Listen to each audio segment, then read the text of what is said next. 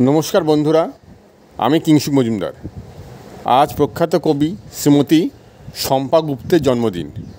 আমি আজ আপনাদেরকে তাঁর লেখা অ্যাসাইলামে জানলায় রোদ এই কাব্যগ্রন্থটি থেকে দুটি কবিতা পড়ে শোনাব।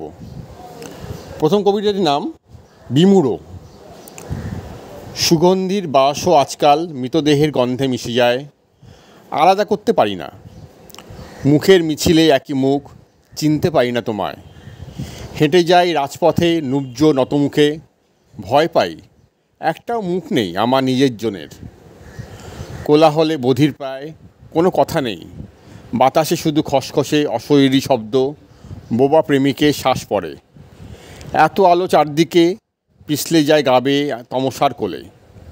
আজকাল তোমার হাত ছুঁতে বড় অসহায় লাগে, শিহরণ নেই। তোমার চুমুকেও বড় বেশি ঘৃণা হয়। ঠোঁট থেকে মুছে ফেলি ছোঁয়াছুঁই, বিরুদ্ধ মন, তবু ছুটে যাই তোমারই কাছে। আরেকটি কবিতা অন্যয়। যন্ত্রণা শব্দরাশি ভাঙছে বুকে নীরের দেওয়াল।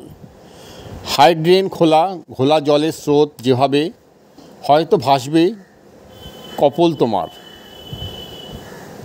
যন্ত্রণাও তো হরেক রকম, তোমার এক আরেক আমার। প্রণয় যুগল মিশে যায় ছাই রঙা গাছেদের ভিড়ে। তার্কিক মেয়েটির কোমরে তবু হাত রাখে সপ্রেমে প্রেমিক। চেপে ধরে ক্ষত আঘাতের, রক্তক্ষরণ একই রঙের। রুকসাক পিঠে নিয়ে হারাবে বলেও গুটিয়ে যায় আঙ্গুল। ফিরতে হবে বলেই খুব জরুরি ফেরা।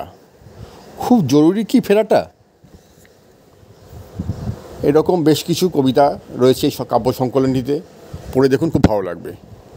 বন্ধুরা, যে পর্যন্তই। আমি আগামীকাল আসবো আবার অন্য কোনো একটি বইয়ের পাঠ্যপুস্তক নিয়ে। ভালো থাকবেন সবাই, নমস্কার।